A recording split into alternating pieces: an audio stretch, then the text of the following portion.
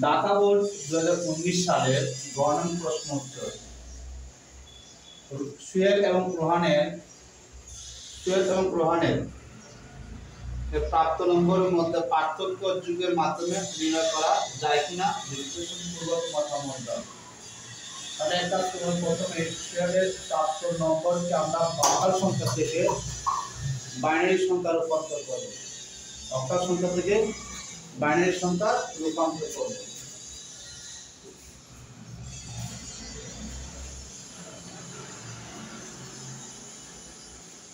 তারপর রোহানের প্রাপ্ত নম্বরকে আমরা হেক্সাডেসিমাল সংখ্যা থেকে বাইনারি সংখ্যা রূপান্তর করব। আমরা সরাসরি করতে পারি।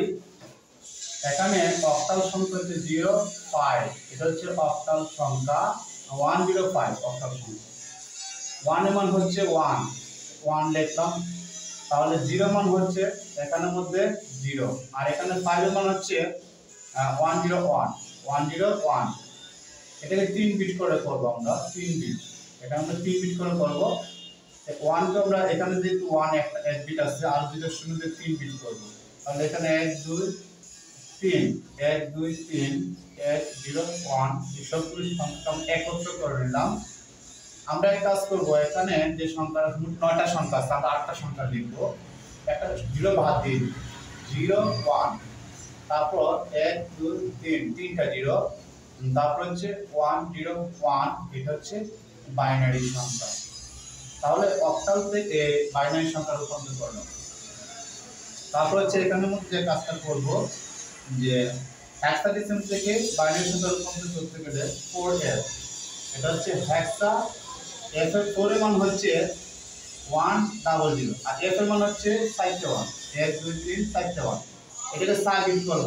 হেক্সাডেসিমাল থেকে বাইনারি সংখ্যা রূপান্তর করলে 4 বিট করে করতে হয়, আর অক্টাল থেকে বাইনারি সংখ্যা রূপান্তর করলে 3 বিট করে করতে হবে। তাহলে আমরা এখানে যে কাজটা করব, এই সবগুলো সংখ্যাকে একত্র করব। 0 1 00 1 1 1 1, এই যে মোট 8টা সংখ্যা আছে আমরা এখানে লিখব। 0 1 00 1 1 1 1, এই হচ্ছে আমাদের বাইনারি সংখ্যা রূপান্তর করলাম হেক্সাডেসিমাল থেকে। হেক্সাডেসিমাল থেকে বাইনারি সংখ্যা রূপান্তর। এখন আমরা যে কাজটা করব, এখানে দুইটা সংখ্যার মধ্যে কোন সংখ্যাটা বড়, আমরা প্রথমে যে কাজটা করব, এখানে অক্টাল থেকে দশমিক সংখ্যা রূপান্তর করব আর হেক্সাডেসিমাল থেকে দশমিক সংখ্যা রূপান্তর করব। তারপর আমরা বুঝতে পারবো কোন সংখ্যাটা বড় এবং ছোট। আর দশমিক সংখ্যা রূপান্তর না করলে আমরা বলতে পারবো না কোনটা আগে লিখবো কোনটা পরে লিখবো। তাহলে আমরা কাজ করি 105, তাহলে এটা অক্টাল থেকে যদি আমরা দশমিক সংখ্যা রূপান্তর করি, তাহলে 1 গুণ 8, 0 গুণ 8 আর 5 গুণ 8, উপরে পাওয়া আছে 0 1 আর 2, তাহলে 1 গুণ 18 64 আর এখানে 0 আসবে আর 5 গুণ 1 আসবে, তাহলে 64 কে 64 আর হচ্ছে 5, তাহলে যোগ করলে হবে 69, তাহলে আমরা 69 পেয়েছি। আর হেক্সাডেসিমাল থেকে আমরা যদি দশমিক সংখ্যা রূপান্তর করি 4f, তাহলে এখানে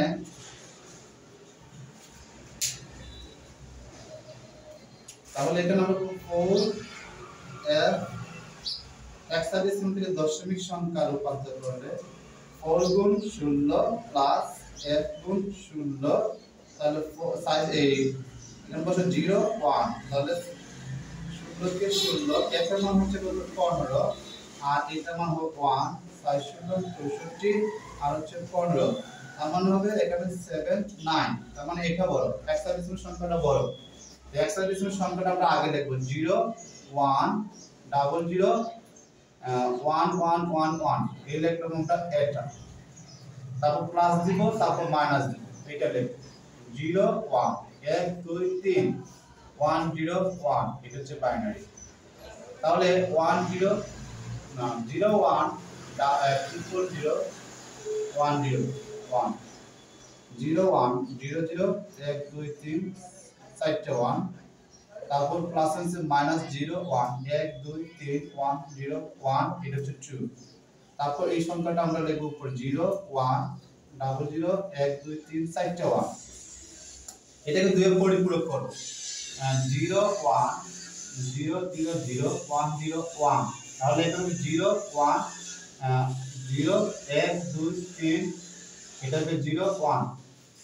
আমরা এই সংখ্যাটাকে এখানে দুইয়ের পরিপূরকে রূপান্তর করলাম। 1 থেকে 0 0 থেকে 1 1 থেকে 0 0 থেকে 1 0 থেকে 1 0 থেকে 1 1 থেকে 0 0 থেকে 1। তাহলে এটা আমরা এখন বাতিল করে দিব, 1 যোগ করব। 1 যোগ করলে 1 এর পরিপূরক যে ফলটা আসবে সেটা হচ্ছে 2 এর পরিপূরক। 1 এর 1 1 এর 1 0 1 2 3 0 1। তাহলে 1 0 1 1 1 0 ডাবল 1 এই হচ্ছে আমাদের যে পরিপূরকের মান। এখানে বসালাম, যোগ করলে 10 এর 0 হাতে হচ্ছে 1 আর এখানে দুইটা 1। একটা জিনিস খেয়াল করে দেখো তো, 0 প্লাস 1 সমান 1, 1 প্লাস 0 সমান 1, 1 প্লাস 1 সমান 10 আর 1 প্লাস 1 প্লাস 1 তিনটে 1 হবে 11। তাহলে এখানে হাতে রয়েছে 1 আর এখানের মধ্যে আছে একটা দুইটা, তিনটে 1 যোগ করলে 11 1 হাতে রয়েছে 1 আর এখানে 1 10 এর 0 হাতে রয়েছে 1, এখানে দুইটা 1 হাতে 11 1 আর হাতে রয়েছে একটা 1 আর এখানে একটা 10 এর 0 হাতে রয়েছে 1, এখানে একটা 10 এর 0 হাতে রয়েছে 1 আর এখানে একটা 10 এর 0 হাতে রয়েছে একটা, এখানে একটা 10 এর 0 আর 1 এর 1। তাহলে এখানে 9টা সংখ্যা আছে, আমরা 8টা সংখ্যা লিখব 0 0 0 0 1 0 1 0। এটা হচ্ছে বাইনারি। তারপর আমরা এটাকে দশমিক সংখ্যা রূপান্তর করব। দশমিক সংখ্যা রূপান্তর করলে আমরা যে প্রথমে যে কাজটা করব 0 0 0 0 1 0 1 0 এই বাইনারি থেকে আমরা দশমিক সংখ্যা রূপান্তর করব। এই সুন্দর কিছু দরকার নাই। 1 গুণ 2 প্লাস তারপর 0 গুণ 2 প্লাস 1 গুণ 2 প্লাস 0 গুণ 2 0 1